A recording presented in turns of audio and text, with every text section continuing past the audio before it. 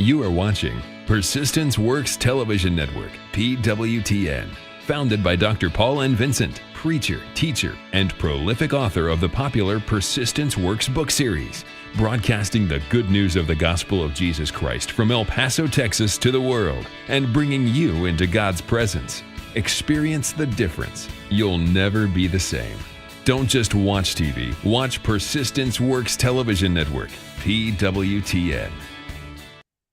Hello, everybody. God bless you. Hey, this is another bright day, a beautiful day, and I'm so glad coming your way today. You are watching Global Politics Today, and we are focusing on Africa. This is a weekly show that we bring to you on our TV network, Persistent Works TV network platform, where we take time to x-ray different parts of the world, global politics. We focus on cities and nations and states to look at what's happening and to also try to provide solutions and to get to the root of the problems most times, because sometimes we deal with problems from the symptoms of problems. We never get to the root. So the purpose of this broadcast is to try to x-ray the problems, the global politics and issues, and try to see how best to deal with them, especially from a Christian worldview. So welcome to Global Politics Today on Persistent Works TV Network. We are focusing on Africa today. I'm your host, as always, Bishop Colonel Paul Vincent, and I'm so glad to announce to you that we are now streaming on 15 different platforms. We are streaming on our Persistent Works TV network. We're also streaming on Roku, on Fire TV, on Apple TV. We are streaming on our two apps, our Android app, our iPhone app. We are streaming on our website, persistentworks.tv. We are also streaming on all the leading social media platforms, from YouTube to Twitter, to LinkedIn, to Facebook, our two Facebook pages. So wherever you're watching us from, I welcome you today, and I want to invite you, hey, share this broadcast. Listen, we have information that is going to revolutionize your thinking and going to help you to see better and clearer, especially as relates to global politics, relating to Africa. So please help me share this video, especially if you're watching us on social media. Copy the link and share in groups you belong to in your world. And if you're watching us on our TV network, on Roku, on Fire TV, invite somebody to watch. Let it be a blessing. Let this help open the eye of somebody. Today's broadcast is going to be eye-opening, I guarantee you, because I do take time to study and research and get to the root of these things. Now, I think I am best suited to talk about Africa. Why? Because I'm an African originally from Nigeria. I grew up in Africa, so I observed Africa from the inside, and then I moved out of Africa for over close to 20 years now, and I've observed Africa from outside. And having served in the U.S. military, still serving as a reserve, by the way, having been in the U.S. military, so I'm also privy to observe Africa from the government military standpoint. So I'm bringing a perspective to this discourse as to someone who is in the know, who have experienced some of the things we'll talk about. It's not just something I read in the books. It's something I was born, I grew up in, I know for certain, and some of those are from things I've observed from outside. So my goal is to really get to the root of the problem of Africa. Now, when you are talking about a problem or a situation, it's not always like, if you go to the hospital, by the way, the doctor doesn't treat your symptom. You may say, I have headache, I have stomachache. They don't treat your symptom. They try to run tests to find out, to get to the root of the problem. Because if they can get to the root of the problem, then they are able to treat your problem, to treat your sickness, to heal you. But if they are not able to get to the root of it, you may treat the symptoms, nothing serious is going to happen. Because guess what? The root of the problem is still there. Sometimes I believe and I think the problem in Africa and in many other nations around the world is that we fail to address the root of the problem, to tackle the problems from the root, and we are treating the symptoms. So what we are going to do today is that we are going to try to get to the root of the problem in Africa. As you all know, there have been recent coups all across Africa in the past 2 years, about 6 of them. There have been a coup in Guinea, in Burkina Faso, in Mali, in Niger, recently in Gabon. The last time we did a global focus on, we did a focus on Niger, which was an eye-opening one. But you see, I was going to do a focus on Gabon, which is the latest coup. But I decided to give it a holistic approach because the problem is not just Niger or Gabon or Mali and all that. Africa's problem is holistic. Most of the, and by the way, there may be other coups coming up. So Africa's problem, they are very similar because the problem in Niger is the same problem they had in Mali, while the military took over, same in Guinea, same in all of these places. So there are things they have in common. So my goal in today's discourse, in today's broadcast, is to x-ray the problem of Africa. Let's get to the root of it. Let's not just deal with the symptoms of a military takeover or bad governance. Let's get to the root of it. How did we get here as Africa, as a people, as nations, as a continent? How did we get here? And what is the way forward? So I've taken time to put together some videos that will help drive and make this point and drive home this point.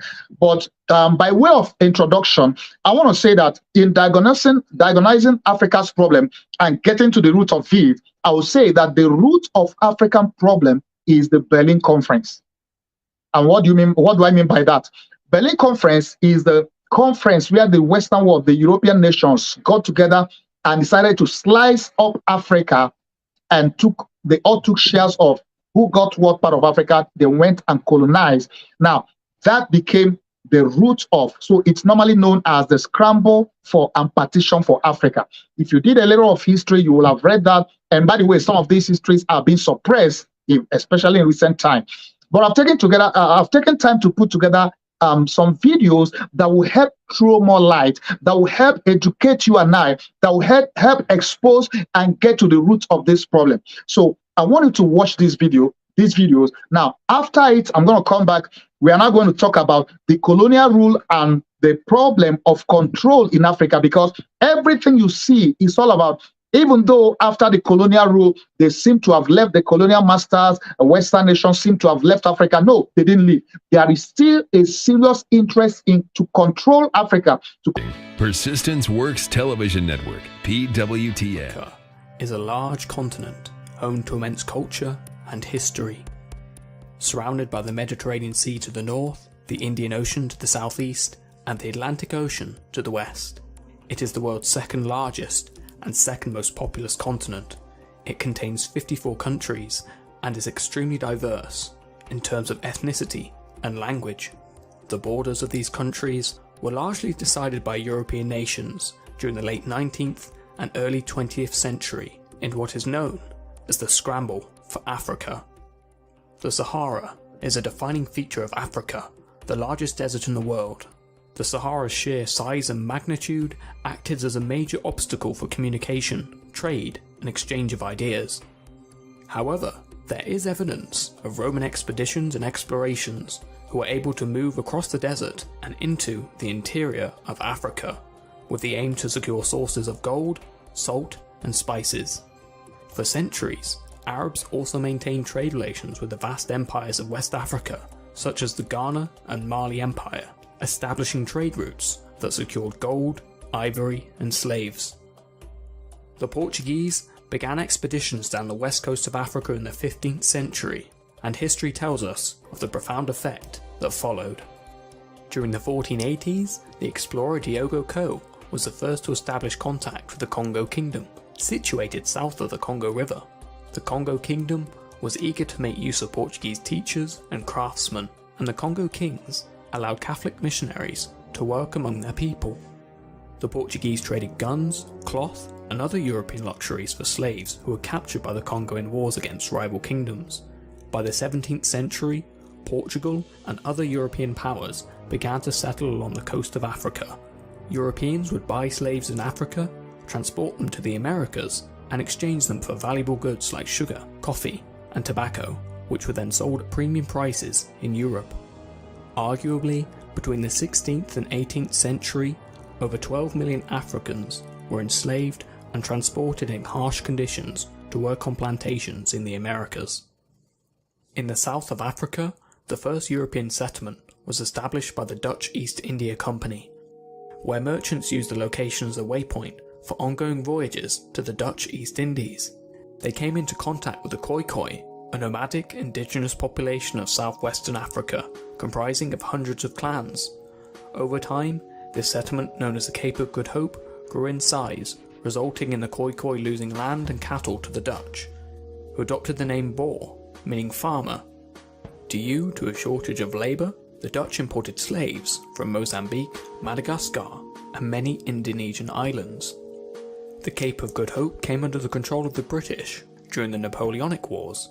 The abolition of slavery ended slavery in the Cape in 1834. In 1835, the Boers embarked on the Great Trek, as the abolition of the slave trade resulted in financial catastrophe. As a result, Dutch citizens known as Voortrekkers moved further inland into Africa. They formed the Free Orange State and Transvaal, which was recognised by the British. In the north, France launched a war of conquest against Algeria in 1830, which would last until 1847. Meanwhile, in the United States, there was a movement to settle freeborn blacks and freed slaves and transport them to Africa.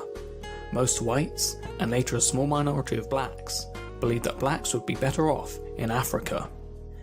The American Colonization Society began transporting them to the closest point of Africa to establish a colony in 1822. By 1847, the settlers issued a Declaration of Independence and established the Independent Republic of Liberia. The construction of the Suez Canal in 1869 verified its importance as a route for trade with India and China. And in 1882, Egypt was occupied by British forces during the Anglo-Egyptian War, subsequently revealing the potential riches that Africa offered. There were several European explorers who explored the continent. Perhaps one of the most famous was David Livingstone, a Scottish missionary who attempted to convert the natives he encountered to Christianity and strove to find the source of the Nile. Henry Moult Stanley was famous for his exploration of Central Africa. He worked for King Leopold II of Belgium and helped map out the Congo region. So why were there no major explorations into the interior of Africa before this? Well, there were limited seaworthy rivers, tropical diseases, hostile natives, and weapons were not as advanced as they were in the 19th century. During the 19th century, most European powers experienced a dramatic growth of productivity triggered by industrialization. European countries overproduced goods and were consequently searching for new markets. Interest turned towards the acquisition of land in order to grow agricultural products for European markets. Europeans moved into the interior of Africa to extract raw materials such as rubber, palm oil, gold, copper, and diamonds. These natural resources made Africa a vital resource for the European economy. Understandably, Europe held the technological advantage. Bands of just a few hundred men and barely a handful of machine guns proceeded to overwhelm and obliterate thousands of Africans. The machine gun was a revolutionary gun that could fire rapid shots at an unparalleled speed. The effectiveness of the weapon was obvious in Sudan, where a British force, armed with roughly 20 machine guns and a small number of gunboats, overpowered Sudanese forces and effectively opened the door for colonization. For 14 weeks and 5 days, between November 15, 1884 and February 26, 1885, European countries prepared and cooked their plans on how to share Africa like a piece of cake. They called it the Berlin Conference. It was at this conference in Berlin, present-day Germany, that African lands were divided on a map, while the Africans themselves were exempted from the meeting. It was not an omission of invitation or a simple oversight. Rather, it was a large-scale legalized daylight robbery. Africans were considered irrelevant and incapable of making meaningful decisions on what happened to or on their lands.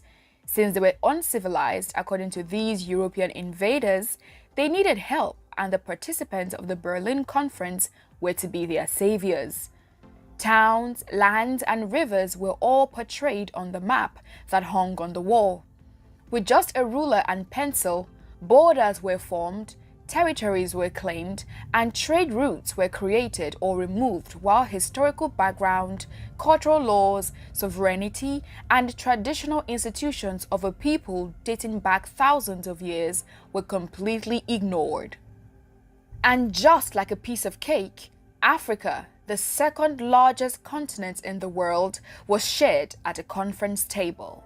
The Berlin Conference was organized by Otto von Bismarck, the first chancellor of the new German Empire, who was concerned with securing portions of the continent within which exploration had begun. The conference birthed the General Act of the Berlin Conference, which had been nicknamed the Scramble for Africa. The conference consisted of top European nations who were invested in exploring the resources that abound within the continent. This was justified under the guise of civilizing or developing the countries, which they considered barbarian and primitive. This paved the way for the colonization of the African states by the Western countries and eventually robbed the continent of its rich cultural heritage and linguistic diversity. By the time most of these countries would gain independence from their colonial masters during the 20th century, great damage had already been done. The structures and systems that had been laid down by the colonizing nations made inadequate provision for self-sufficiency and thus had a great dependency on their colonizers for survival. So, how did the Berlin Conference come to be, and what impact did it have on Africa as a whole? There was a general belief by the Europeans that Africa belonged to no one in particular and had to be claimed and developed. When the Berlin Conference took place, no African individual or leader was present. Ironically, Africa had experienced a great deal of development before the Europeans. By the 13th century, different empires within Africa had attained global prominence, drawing the attention and curiosity of the Western world.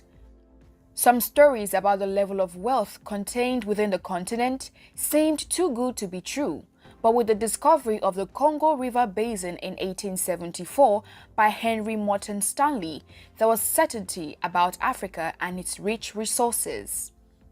One of the leaders who was very interested in these discoveries was King Leopold II of Belgium. Leopold had previously formed the International African Society, which had a mission of civilizing Africa. He teamed up with Stanley and eventually created the International Congo Society.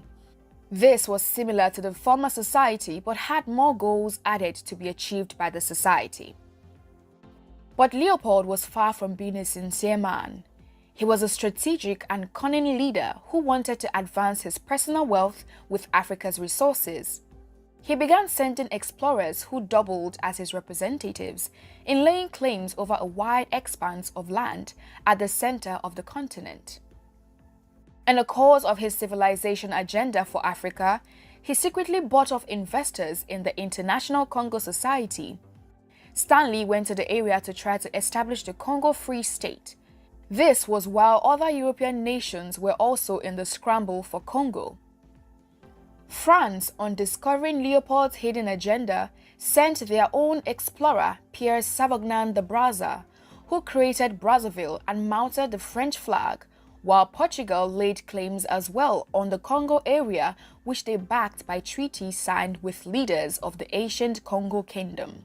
Other European countries began taking interest in a continent of gold they had heard rumors about, and this resulted in competition and great conflict between these nations that were claiming different regions of Africa. Great Britain and France were both having conflicts over West Africa, Portugal in Egypt and Britain in East Africa. Leopold and the French also had conflicts in Central Africa over the Congo area. The German Chancellor Otto von Bismarck, whose country was considered an imperial power, also picked up interest in laying claims to African lands. He sought to resolve these conflicts by calling for the Berlin Conference. Bismarck felt these conflicts arose because there was no equal distribution of access to the economic advantage Africa provided, and called for the conference to resolve these irregularities. This proves that the purpose of the Berlin Conference was largely economical and not for developing the African states. Countries such as the Austro-Hungarian Empire, Belgium, Denmark, France, Great Britain, Italy, the Netherlands, Portugal, Russia, Spain, Sweden, Norway, and the Ottoman Empire were represented at the conference. The conference began on November 15, 1884, and went on for 14 weeks and 5 days, ending on February 26 of 1885. In the Berlin Conference, territories claimed by European countries were to be legalized, formalized, and then drawn on the map to avoid further conflict. Trade routes were also agreed upon amidst colonies, and a framework for colonizing territories was created. Explorers were to be sent out to explore the African lands. Then, they would proceed to offer protection to the indigenous people of that land by signing treaties with them. Finally, the European explorers or ambassadors would return to their home country with the treaty signed. Then, the government of that country would inform or negotiate with other European countries so that their claim over the African territory would be recognized and uncontested. In all of these establishments, Africans were not included or considered, although it was their land that was being divided. They were regarded as incapable of ruling themselves. It would also be interesting to note that most of the time, the indigenous rulers did not even understand what the treaty was about or what they were signing. In some scenarios, these treaties were signed by makeshift leaders who did not exactly have the authority to do so. However, one African leader saw through the tricks of the Europeans. Menelik, an important leader in Ethiopia who would eventually become emperor, wrote a letter to the participants of the conference clearly stating that Ethiopia would not be needing their protection. Although his letter was ignored, Ethiopia and Liberia were the only African states that were not colonized in the scramble. The Sultan of Zanzibar begged to be present at the conference, but to no avail. Little did he know that he was to be part of the main topic of discussion. The General Act outcome of the Berlin Conference, and it made provisions for different trade routes and the framework for colonization. It addressed different issues bordering on the colonization of the African states. It confirmed the Congo Free State as the private property of King Leopold II and also confirmed the free trade proposal by making the Niger and Congo rivers free for ship traffic. The General Act also included the signing of the International Prohibition of the Slave Trade. More importantly, it established the principle of effectivity, which stated that powers could only possess colonies if they actually possessed them. This also meant that any country which wanted possession of any territory in Africa would notify other signatory powers for formalization and recognition. The Berlin Conference was a glaring disregard for Africans. The Europeans saw their views, opinions, and ownership over their lands as irrelevant. 14 countries were duly represented at the conference, and at its conclusion, 8 out of the 14 countries started possessing different parts of the African regions. The 6 other participants, such as Austria-Hungary, Russia, Denmark, the Netherlands, Sweden, Norway, and the United States, did not take any formal possession of any part of Africa. However, by the end of the 19th century, all African states except Ethiopia and Liberia had been colonized by the Europeans. After the Berlin Conference ended in 1885, it led to the creation of African countries by forcefully merging different ethnic groups, cultures, languages, and people.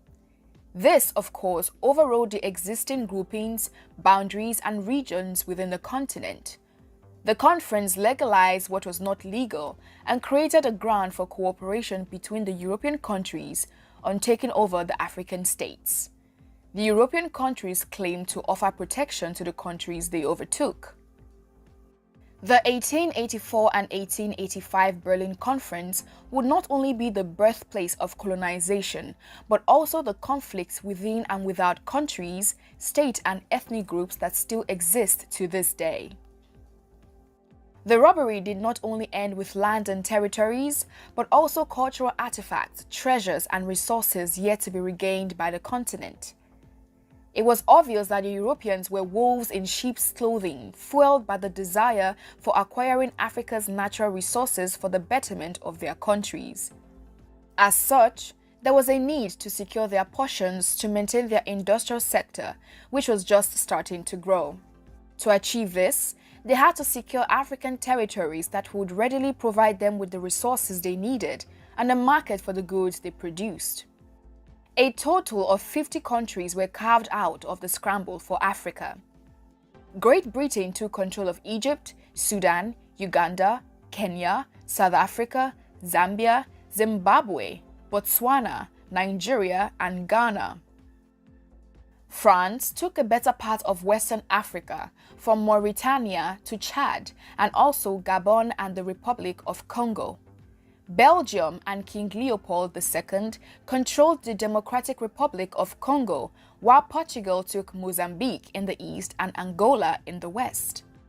Italy got hold of Somalia, then known as Italian Somaliland, and a portion of Ethiopia later on. Germany took Cameroon, Namibia, and Tanzania, while Spain got the smallest territory, which was Equatorial Guinea, the only Spanish-speaking country in Africa. The Berlin Conference, which lasted for over 3 months, still evaded serious problems and questions that were left unanswered. Many of the representatives had not stepped foot on African soil and somehow assumed they could understand and manage the complexities of the African states. The sovereignty of the African states was not recognized, yet treaties were needed to be signed to legalize the relationship between both parties. This in itself was contradictory to the claims of the European states. Although the General Act seemed to prohibit the slave trade, it is on record that over 10 million Africans in the Congo area died under Leopold's leadership due to starvation, diseases, and war. The act was used to gain approval and legitimacy in the public eye by the European countries, but did not in any way alleviate the sufferings and conditions of the locals under their colonial masters. The locals were brutalized and used to further his selfish interest. The concept of free trade was unrealistic, as many of the colonizing countries would not readily allow free trade within countries they had invested heavily in colonizing. For instance, the Congo was operated as a monopoly under Leopold's rule. The conference, which tried to curb the scramble for Africa, further enhanced it. It was presented as a means of creating a platform for peaceful claiming of African states by European states, but it also had its hidden agenda. Germany and Britain were interested in Africa to promote their ambitions and retain their position as the #1 global power over the others, and not for peaceful colonization as assumed. The Berlin Conference held entirely different consequences for the continent involved. For Europe, it was just a failed enterprise, while in Africa, it created long-lasting damage that is still visible to this day. Some of the damages done by colonization have been said to be too large to be repaired. Even after gaining independence, most of these colonized African countries are still ill-equipped to be well run by themselves. Greed and corruption are the order of the day, and conflict still exists within the African borders. Some African diplomats have called for redrawing the African map and redefining the boundaries laid by the colonial masters. But there are also fears that this might aggravate an already politically tense climate. These fears have created another group of the opinion that the colonial boundaries be respected. Nevertheless, this does not suffice for the damages that run deeper in the cracks within the continent. It has been 137 years since the Berlin Conference ended, and one can only help but wonder if Africa would ever recover from the effects of the European invasion and plunder. Great Britain dominated the African continent with the control of Egypt, South Africa, Nigeria, and the Gold Coast. The French occupied vast expanses of West Africa. The Germans controlled modern-day Tanzania as well as Namibia. The Italians controlled Somalia and Libya, whilst the Portuguese exerted full control over Angola and Mozambique. By 1914, 90% of Africa had been divided between 7 European countries, with only Ethiopia and the African-American state of Liberia remaining independent nations. So that partitioning of Africa back in 1884 and those partitionings remain in place today is responsible for a lot of what has happened in Africa. Our inability to grow our economies, our inability to travel from one country to the other. You look at tourism. If you need to go to Africa and visit 3 different countries, you got to send your passport to DC 3 different times. And each time your passport comes back, you got to send it again to another country, 2, 3, 4 weeks before you get your passport back. And then you got to send it back to Washington. At times, those embassies are on the same street. You could have walked from one embassy to the other, but you can't do it. And by the time you get your passport back with the 3rd visa, the visa for the first country is expired. Who needs to go through all that? So you say, forget it, I'm not going to Africa, I'm going to Europe. At every level, what we see happening today in Africa that affects economic development is directly related to what was done in 1884. You try to go from one part of Africa to the other. It's easier to fly into Europe and then come back down. Why? A lot of the airspaces were closed. All of it, thanks to... Hey friends, welcome back. Hey, you are watching Global Politics. We are focusing on Africa. This is Persistent Works TV Network. You are watching, we are streaming on Roku, on Fire TV, on Apple TV, on our 2 apps, our Android app, our iPhone app. We are streaming on our website, persistentworks.tv. We're also streaming on all the leading social media platforms, YouTube, Facebook, Twitter, LinkedIn, what have you. And I'm your host, as always, Bishop Konepo Vincent. We are getting to the root. We are trying to x-ray the problem of Africa and trying to get to the root of it, because it does no good to treat a problem with sickness by just treating the symptoms.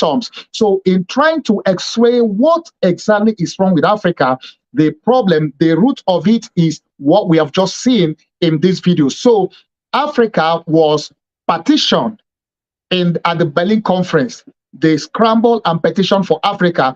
That is the root of the problem.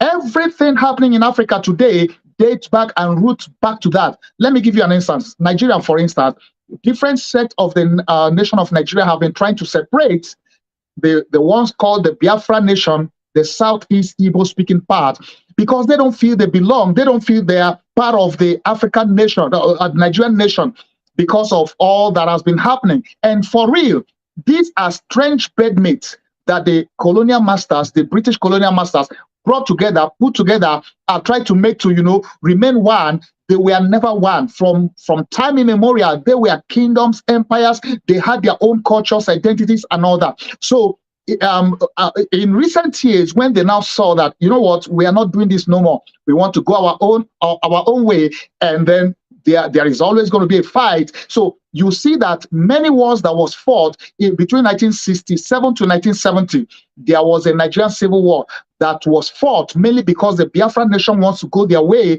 and the Nigerian nation says, hey, you know what, you are not going nowhere. Initially, they accepted, but British government talked them into, hey, don't let them go, because that is where the oil resources of the nation is mainly situated. So they fought a war for 3.5 years. Over 3 million were killed, mainly Igbos, Southeast Nigeria were killed in that civil war.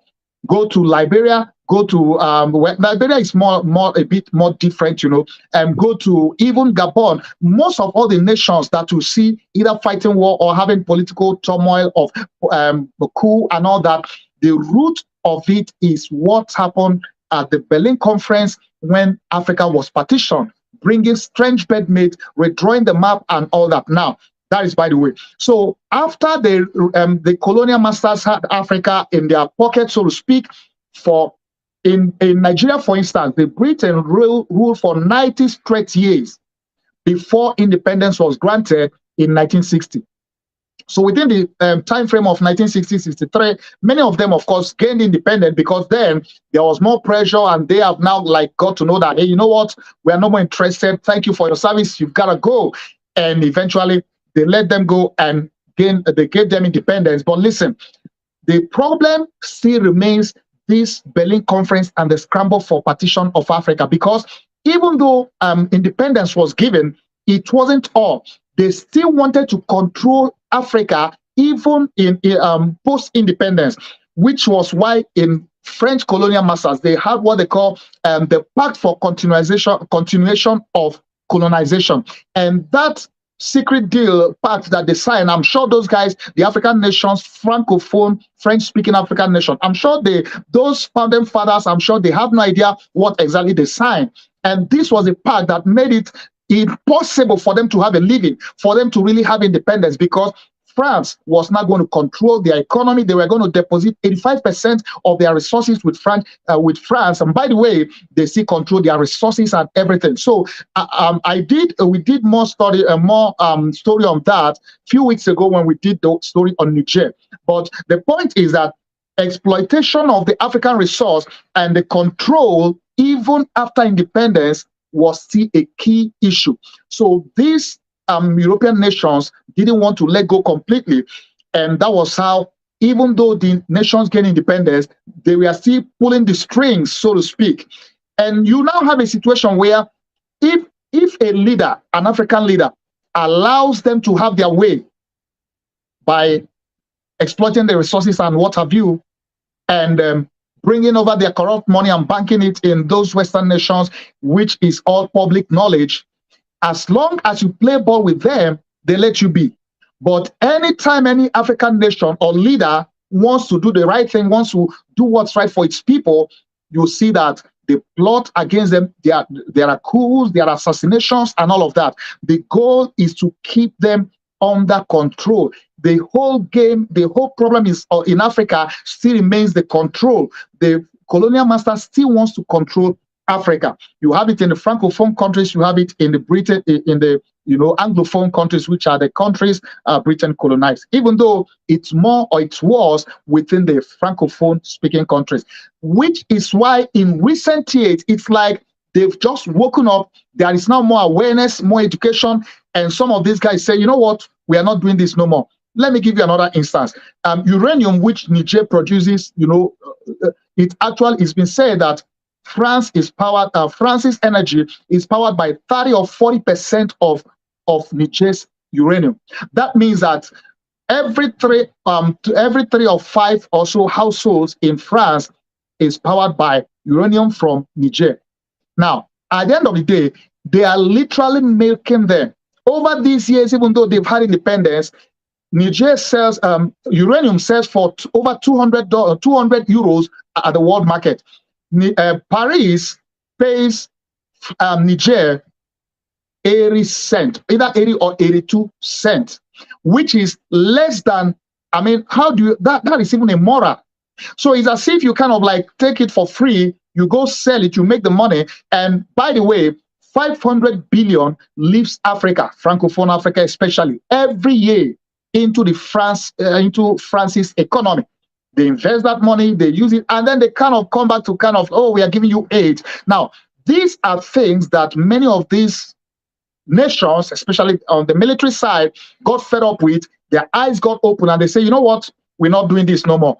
And eventually that was why they kicked France out of Mali, kicked them out of Burkina Faso, and kicked them out of Guinea.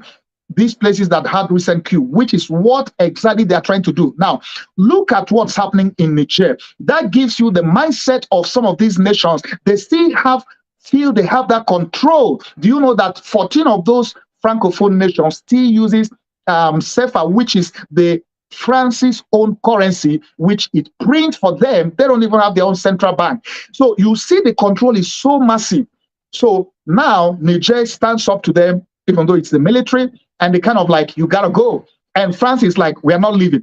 You can see that same mindset of the colonial rule, colonial masters, we own you, we control you, you can't tell us what to do.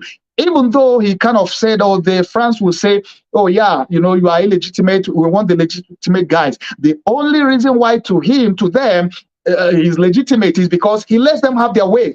Now, let's use, for instance, Gabon. The Gabon, the Ali Bongo guy who was overthrown by the military in Gabon, he has been in office since 2009 after his father died. His father was in office for 42 or so years. Combined, they have been in office. The family, one family, has been in office for 55 or 57 years. And this current Gabon president that was ousted, he even had a stroke. And that's to tell you the problem of Africa. He should have come to take care of himself. The guy is not even can't even function, can't work well. He had a stroke, and yet he clinges to power, and France allows him, supports him, backs him. A family that's been there 50-something years. Why? Because they let them have their way. They can make their oil, make their resources, as long as you know, and of course they do channel, much of the corrupt money to their family. So you see that as long as you play ball with the colonial powers, even though they've let go, they say, oh, no more colonialism, but they are still in the game of controlling. As long as you let them play ball, they let you have your way. But the moment you say no, that's when they remember the issue of democracy, the issue of what kind of democracy do you say call democracy, that somebody has been in office, a so-called elected leader, the family for 55 years. That's not right. So at the end of the day, and by the way, if you follow the news, you will see that after he was ousted by the military and his house was searched, they had raw cash, billions of dollars or euro, whatever that currency is, that was stashed in his houses. And these are just the ones you saw. There are many others stashed out in banks across Europe, or in France especially. Now, that is to tell you that the whole problem of Africa is the Berlin Conference and the scramble for partition of Africa, because even though they have let go and said you have your independence, they still remote control, they still want to have control. Can you imagine the government of Niger, at least the new government, saying to France, you gotta leave, saying to the military, you gotta leave, and they're like, we are not leaving. Somebody comes to your house and you want to gain you say, okay, it's time to go. You say, I'm not going. Who does that? That is the same mindset that gave birth to Berlin Conference, that gave birth to the petition, scramble and petition for Africa. So, even though they gain independence with the mindset of giving freedom to African nations, but that freedom was never really attained. Another way by which they continue to exploit Africa is economic exploitation. And this is done through World Bank, through IMF, and their loans. Many times growing up in Nigeria, I remember many years ago, when the economy was struggling because of some of the policies of the government that were implemented by the Western powers that say, hey, you know what, you've got to put this in place, and then they will get in trouble. So the military takes over, and even the military guys, they were like, oh, we are willing to give you loans to help you, but you got to devalue your currency, you got to introduce austerity measure. I still remember growing up when President Babangida, then in the 80s, he introduced austerity measure. Every one of us was like, what's that? And the price of everything, inflation was off the roof. And guess what? So they were able to give them loan, IMF loan. Now, these loans are with interest that are cut neck rates, interest. And these are loans that they used to keep you in captivity, continuous economic captivity, so that you have no life, and you pay these loans for into kingdom come. Even you are paying the interest, not even the main loan. So they continue economic exploitation through the loans and through all of this medium. And of course, it's not only Africa. There are many other developing countries that have the same problem, which is why BRICS. I did a case study in our last edition on BRICS. If you missed that, go watch my the broadcast on the BRICS, which is what gave birth or is giving birth to that. So at the end of the day, you see control through economic, you see control through the resources, in fact, control through political control. They literally call the shot in many of these African nations. You do their bidding, they let you stay. You don't do their bidding, they kick you out. They press the buttons. And one of the good case studies of this was in Burkina Faso. Thomas Sankara, if you read the history or if you watch the video, he was one of the military guys who he got fed up with this whole thing we're talking about. The leaders taking orders from the Western world and running the economy to the ground. They exploiting and taking the resources out of the nation, and everybody is suffering, the nation never develops, and he took over the government. It's a long story. You can go read the story or go, look it up and watch it. Now, Thomas Sankara, if I've watched that video, I've read about it. He had the good of his people in heart. He was the kind of leader you would say is a great leader. He was there for the people, had policies that were going to benefit his people. But problem was, he wasn't going to play ball with the Western powers because he wasn't going to take their loan.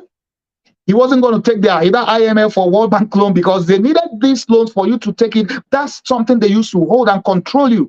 And this wasn't going to happen. And he was going to initiate policies that would benefit the people, not the Western powers. At the end of the day, they weren't happy about it. And then they pressed buttons and was able to manipulate and use his bosom friend to eventually assassinate him and took over. And when this guy took over, he went into bed. He went to bed with IMF, with World Bank, with the Western nations, all the things that this other guy didn't want to do, which angered these guys, the Western powers. He kind of like played ball with them, and he was good to go. Now, this is a problem of Africa. Even till today, you see many elections, so-called elections happening in African nations. Many times, if those players, if they play ball, if they allow the colonial powers to still have their way, they let them be. Whenever it's not happening their way, then that's when you all of a sudden hear, the issue of democracy. So the problem is they get involved in change of governments when it doesn't favor them, even if they have to sponsor coup, assassinations and all that. They get involved, they continue to use economic exploitation, they use the resources of Africa against them. They exploit it, they take it, and they give them like peanuts.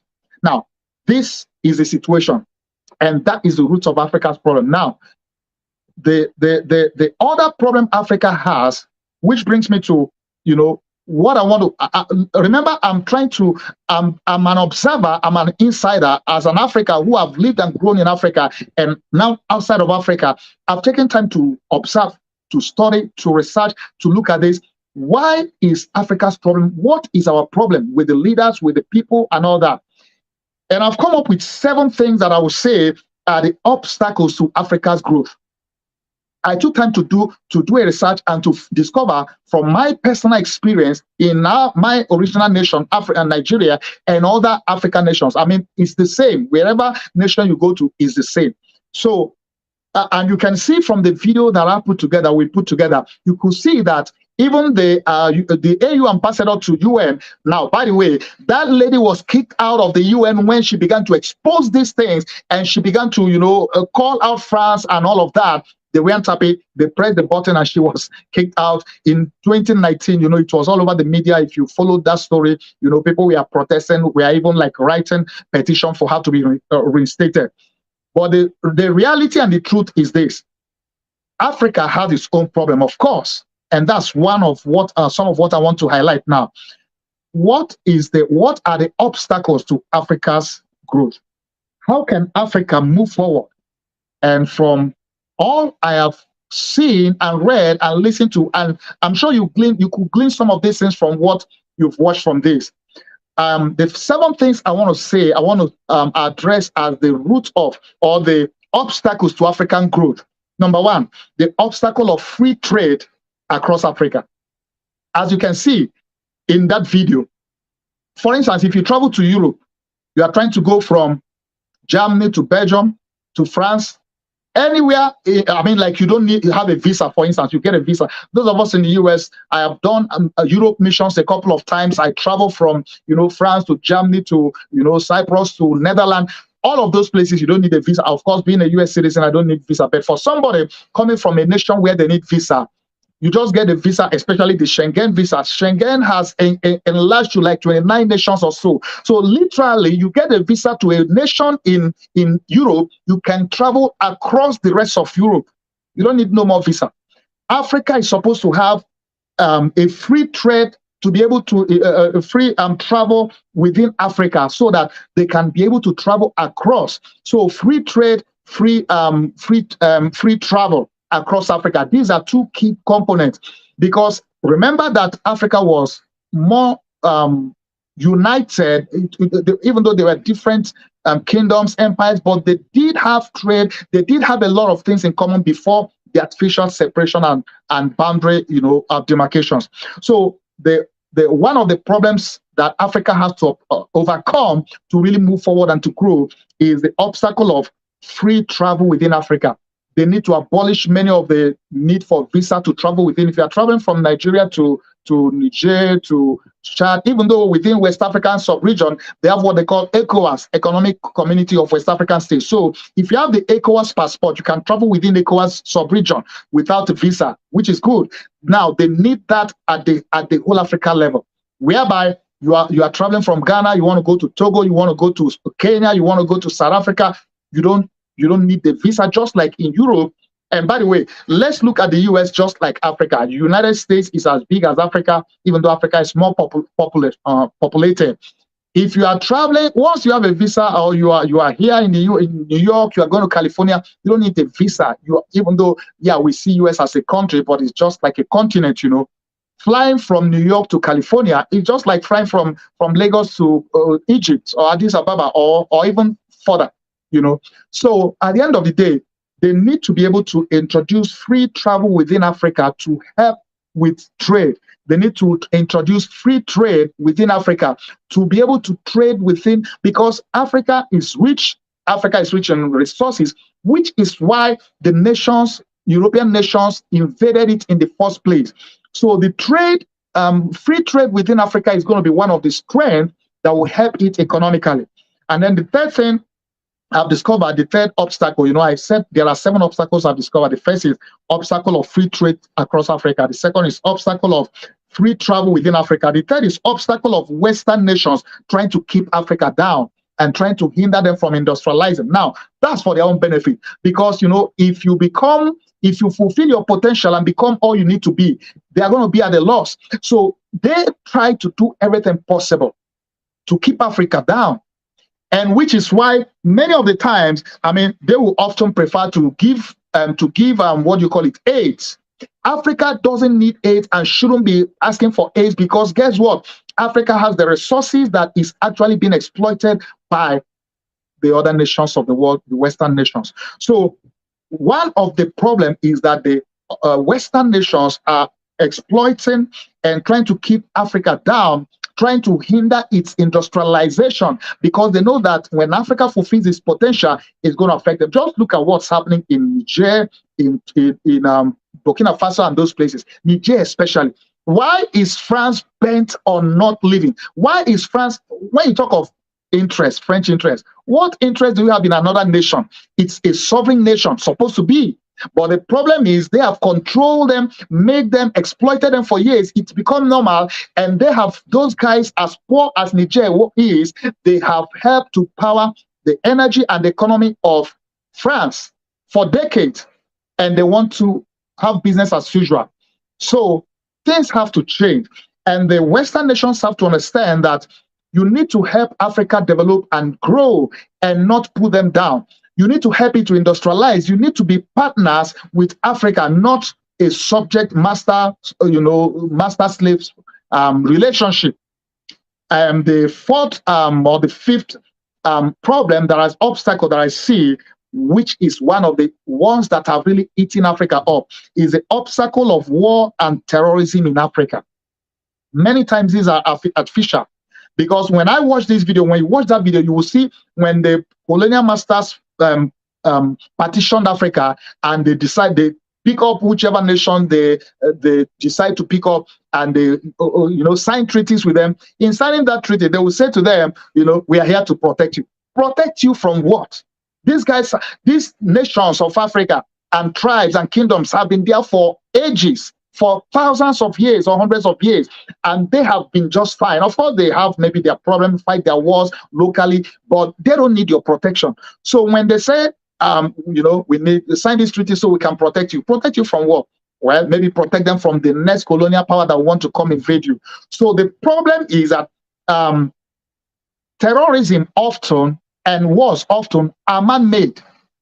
Look at Libya, for instance. Libya under Gaddafi, and of course, it wasn't perfect. It wasn't a great place, but Gaddafi did much of a greater job, a better job than most African leaders in providing infrastructure, and social welfare programs. And he nationalized the oil, national oil, the oil resource of the nation, and used it to develop the nation. Whereas in the past, they have exploited it, took it out, and just gave them peanuts. Now, he was not like in the good books of the Western powers. And he has his problem, of course. When you look at they taking him out and all of that, what Libya is a sorry sight now. If you see before and after picture, the war and all the killing and literally slavery is happening there like broad daylight. Like I said before, the Nigerian Civil War, these are wars that shouldn't have happened in the first place. Terrorism, most of the terrorism you talk about, we see happening, are inventions of the Western powers, because many times on two grounds, there are times when you push people to the wall and they fight back, and that becomes terrorism. Of course, there are times when they now look to the bad guys to be able to partner with to unleash mayhem.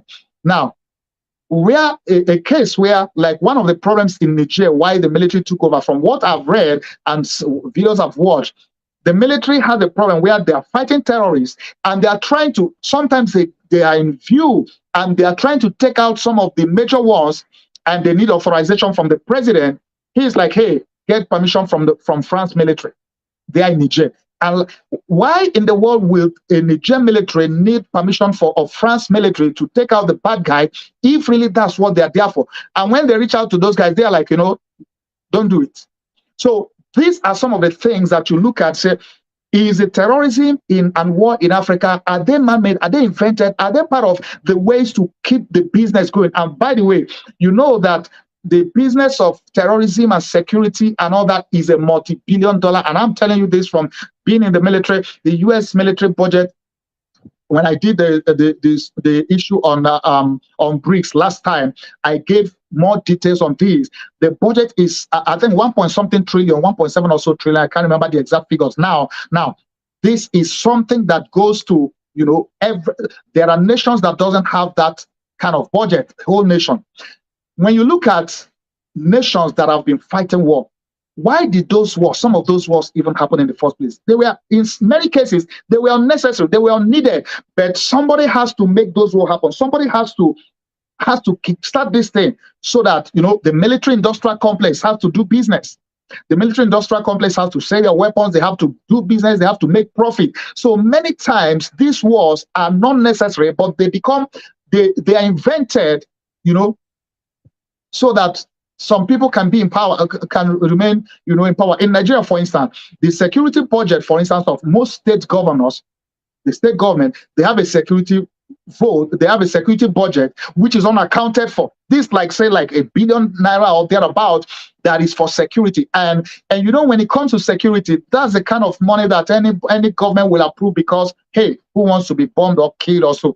And that makes room for corruption. It makes room for people embezzling money and not accounting for it.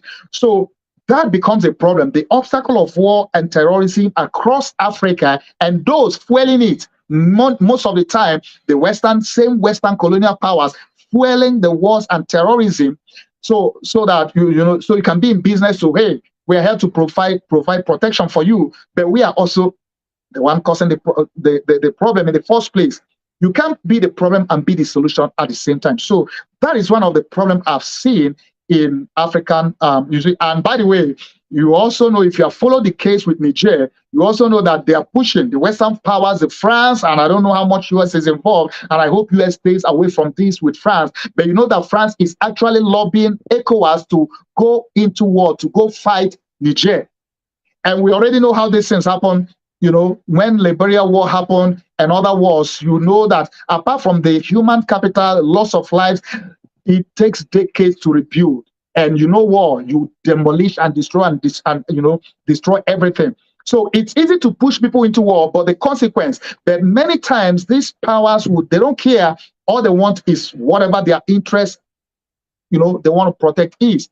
And I did a video some time ago saying, hey, Nigeria or ECOWAS, you better not get into this war, because it's not going to be funny, because in this case, as you know, if you follow this whole case, Russia himself is also interested and involved. So if there is ever a war between ECOWAS, Nigeria, ECOWAS, and Niger, you are going to see that other world powers will be involved. Of course, Mali, Burkina Faso, Guinea have already said they are going to, fight with. They're going to support Niger. So you are going to see ECOWAS, Economic Community of West African States. You are going to see them divided, a couple of nations, 5, 6, 7 of them versus the rest. And you're going to see France supporting the ECOWAS guys. Maybe US, I hope they don't get involved in that. But Russia supporting the other guys. So you see, it will be a kind of a carryover of Ukraine war, the US NATO war happening in Ukraine, which is more like a proxy war. You will see a carryover of it to Africa, which shouldn't be. But many times that have been the case in the past, which is why Africa should stay away from war and should fight terrorism headlong, because that has been an obstacle to growth in Africa.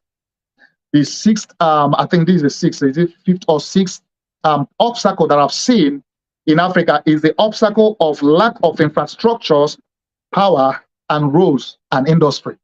Now, this is very common. And the reason why it's so is because, and I'll get to this now, but the leaders, corrupt leaders, they have no interest of their people in mind, and they get into bed with some of these Western powers. And as long as they do their bidding, they let them be. So they corrupt, they steal, they starch out money abroad, the money that should be used to develop, to provide infrastructures. Their people are, dying in hunger, dying in no good roads, no power. Take, for instance, Nigeria. Since 1989-90, I could remember of Nigeria has never had steady power supply. Their biggest problem have been power, and every government administration will come and promise, oh, you're going to have 24/7 power supply. Who will believe that up to now, almost 30 years later, the last time I will remember any memory of Nigeria having light 24/7 is in the 70s, in the late 70s, or growing up, and in the 80s. In the 90s, to the best of my memory that I can remember, Nigeria has not been able to have steady power supply over these years, despite the billions that have been invested in that. Why? Because of corruption. So the obstacle of having lack of infrastructures, lack of good roads, lack of power, lack of industries, that have become a big problem and continues to be. So the leaders should focus on providing infrastructures, power, road, with this for their people, which is why China is gaining advantage in Africa, because China is partnering with many of these countries to help build and provide. Of course, it's not free. They're giving them loan and doing all of that, and hopefully they get to pay. If they don't get to pay, who knows if there's going to be a second version of colonization by, China. But whatever be the case, the African leaders need to pay attention to providing good roads, power, infrastructure, and building industries, or providing the enabling environment to build industries for their people. Number 6, the sixth obstacle that I see, and this is a big one, and this is one of the roots of it, the obstacle of African leaders' greed. Most of African leaders are so greedy. I mean, somebody gets into power, you are stealing billions that are meant for the people that your 10th generation can't finish. You are stealing and starching it out in banks across Europe, and one is wondering, what in the world are they thinking? I mean, I think most of them are insane. Clinically speaking, some of the African nations and leaders are insane. Otherwise, why will you be stealing billions? And okay, look, for instance, the Bongo guy in Gabon that was overthrown. If you have seen the videos, the stack of money, billions of whatever currency that was stacked, and that's the one that is with him. There are billions he had stashed out in foreign bank accounts all over the place. Same thing with Nigerian leaders, past and present. Many of them, the current Nigerian leader is so corrupt that his case, in fact, I just saw today, the FBI said they are going to be releasing his case file in October. There's somebody who has a drug case, he has a certificate forgery case, he has all kind of, he shouldn't even be standing for an election in the first place. And yet, this is a kind of person that manipulated and rigged the election. And so the problem of African leaders and their greed and their corruption is the root of the problem of Africa. Because if they will serve their people, like you are elected in office, you want to serve, you serve your people, and not for your own greed, guess what? Africa will have been doing much better. With all the problem of the European, of the colonial powers and the scramble for partition for Africa, Africa will have been doing much better. But the problem is, because they are greedy and because most of the African leaders are corrupt, when they get in bed with the Western powers, whoever they are, when they get in bed with them, they let them go. They look the other way while they do havoc. And at the end of the day, listen, until African leaders learn to serve their people, until they learn to be leaders who are going to care more about their people than about their pocket, until they learn to serve without being greedy, without being corrupt, Africa still has a long way to go. So I think this is the biggest obstacle, the root. The other ones are also important, they're big, but the problem of the African leaders being greedy, being corrupt is a big one. And because of that, they will do anything to get in power. They'll kill, they'll maim, they'll rig elections, they do whatever they can to get into power because it's all about themselves. I challenge you to produce me an African leader. Maybe in recent times there may be one or two, but for the most part, most African leaders are corrupt. They are greedy, greed. The level of greed of the African leader, you wonder, what is all this for? At the end of the day, you drop there someday, 6 feet below the ground, you're going with none of those. So it's a sorry case, it's a sorry state. And the colonial powers have really helped them to be corrupt and helped them in their greed. I hope that changes. And finally, and this is another big one, this more of on the massive side. Finally, the obstacle, the seventh obstacle I've seen to Africa's growth is the obstacle of poverty and negative mind conditioning. Negative mind conditioning. And sometimes I don't blame people because, you see, there was a story, I narrated a story in one of my books, my first book, Persistent Works, the story about the mind conditioning process that was done. They used the monkey, the scientists used the monkey to carry out this research. When the monkey was brought in to be conditioned, they had a banana at the pole, at the end of the pole, and the monkey would normally, naturally, run to go get a banana to eat. As the monkey was climbing to go get this banana, they poured a bucket of cold water from the top, and it ran away. So every time it climbed the pole, trying to go up there to get the banana, they poured a bucket of cold water, and the monkey, ran away. After many attempts, after many days, the monkey got conditioned to the fact that, hey, you know what? I can see this banana, but I can't eat it. So he stopped trying. And then they brought another monkey into that room. The one that has been conditioned, the moment he sees the other guy climbing, trying to go, get the banana, he pulls him. He begins to pull him down. He's like, oh, don't even worry. Don't try it. I've tried it. It's not working. You can only look. You can't get it. And guess what? That happened over and over and over again. And by the time the new monkey tried many times and couldn't get, because this guy kept pulling him down, and he got conditioned to the fact that you can watch, you can see this banana, you can't eat it. He got conditioned and he gave up trying. And then they brought the third monkey. By the time they brought the third monkey, the two other monkeys who have been conditioned did the same thing to him. And that was the case until they later removed the original monkey that took the cold shower. They removed him from the room. And then you now have a bunch of new monkeys who have been conditioned that you can't go get the banana, yet they have no idea why. None of them received the cold shower.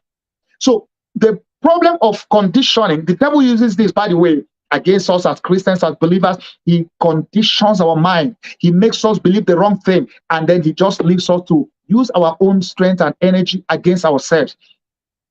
The negative mind conditioning we as Africans, our African people, the followers, and of course the leaders has had, is at the root of much of what's happening too.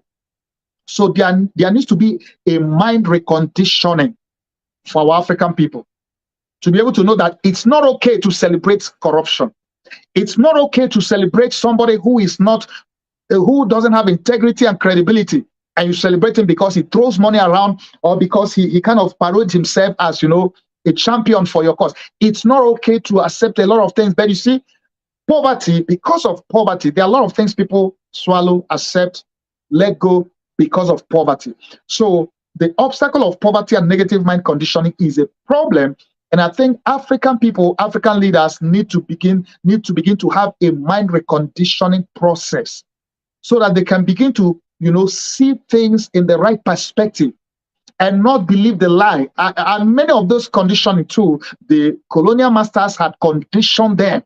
Hey, you know what? You can't take care of yourself. Oh, you can't rule yourself. You need to come in hand. Let's give you, come beg for aid. We need to give you aid. You can't survive without our aid. That's a lie. That is a conditioning, because the African leaders have been conditioned that, hey, you know what? You take power, you go to beg them for loan, beg them for money, beg them for aid. That is not supposed to be the case. Africa is rich in resources. It should be the other way around. Anyway, I hope that this have been able to throw some light and give some insight to you watching. And I don't know where you're watching from. I don't know if you're an African or if you're not. But you see, it's time Africa wake up. It's time African leaders wake up. It's time we we understand and know the root of this problem, as we have shared in this broadcast. And I pray that Africa will once again become a shining example, because it's already blessed. Africa is blessed with people, with resources. But the problem is that it has not harnessed those resources. I pray that Africa will begin to harness its resources, that the powers that has manipulated Africa over the years, I hope that this time around, their powers will expire, that they get to treat Africa with respect and deal with them as partners and work with them for their development, for their, you know, to be partners and not to be subjects that they think should be at their mercy. Well, I hope this broadcast has blessed you, has enlightened you. Please do share this. Let it enlighten somebody. Let it bless. If you have access to people in power, people in government, share this, send this to them. Many of them need to watch it, and maybe their eyes will begin to open, their you know, mind conditioning will begin to change. Maybe they begin to have a rethink about the level of greed and corruption that they have been involved in, even as leaders.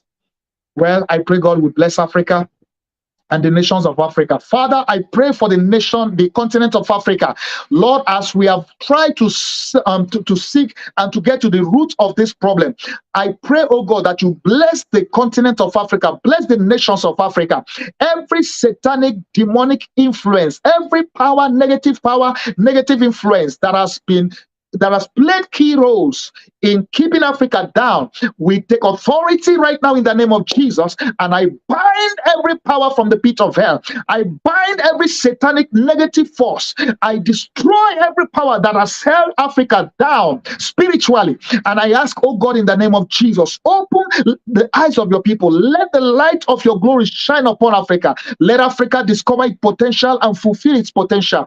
Give the leaders, oh God, a love for their people, that they will serve them, uproot and remove greed and corruption from the hearts of the people, of the leaders of African nations. Let there be peace in Africa. Father, I pray, let there be no more bloodshed in Africa. Let there be peace. And may African leaders begin to serve their people and use their resources to be a blessing and to develop and to help the African people. I bless Africa today. I bless African nations, and I bless their leaders. I bless their people, their followers. May there be a turnaround and a rewriting of the history of Africa. And thank you, Father, because the light of your gospel is shining and will shine in and through Africa. And the powers of darkness, wherever they're coming from, whoever's sponsoring them, will come to an end, because your word says in John 1:5, and the light shined in darkness, and the darkness comprehended it not. The end of darkness has come in Africa, and the light of your glory shines in Africa. Thank you, Father, in Jesus' name. Amen. Well, I know you've been blessed. I know you've been enlightened. I know you've been encouraged. I know for some of you, this will be eye-opening. Watch it again if you have to, and send this video to people. Share it across in your wall, in your groups, and let it be a blessing to somebody, because people need to hear this, especially those of African descent. Praise God. Well, once again, I want to thank you for today. So join me next week in another edition as we tackle another topic, another nation in glory. We hope you've been blessed by today's TV broadcast. Join us again for our next TV broadcast. If you have a testimony of how you've been blessed, please let us know. Send us an email at persistenceworkstv@yahoo.com. Please support our TV network with your donation to help us reach the nations with the gospel. You can give through PayPal, Zelle, Cash App, or online at www.persistenceworks.tv. You can make your checks payable to Vincent Paul Ministries International at 11829 Gwen Evans Lane, El Paso, Texas 79936, USA. Attention, pastors and bishops. If you want to air your church or ministry program on Persistence Works TV network, or you want to promote your product or services, contact us today. Send us an email at persistenceworkstv@yahoo.com. Download our Persistence Works TV network app in the App Store or Google Play Store. Also, add us and watch us on Roku, Fire TV, and Apple TV. Read our Persistence Works magazine and enjoy great content. Simply visit the settings page of our Persistence Works TV network app. Click on the button to read the electronic edition of the magazine. To order the print ebook or audiobook editions of our Persistence Works book series, visit the settings page of our Persistence Works TV network app. Follow Bishop Colonel Paul Vincent across his social media platforms: Facebook, X, TikTok, Instagram, LinkedIn, YouTube, and Truth Social. For more information about PWTN, visit www.persistenceworks.tv.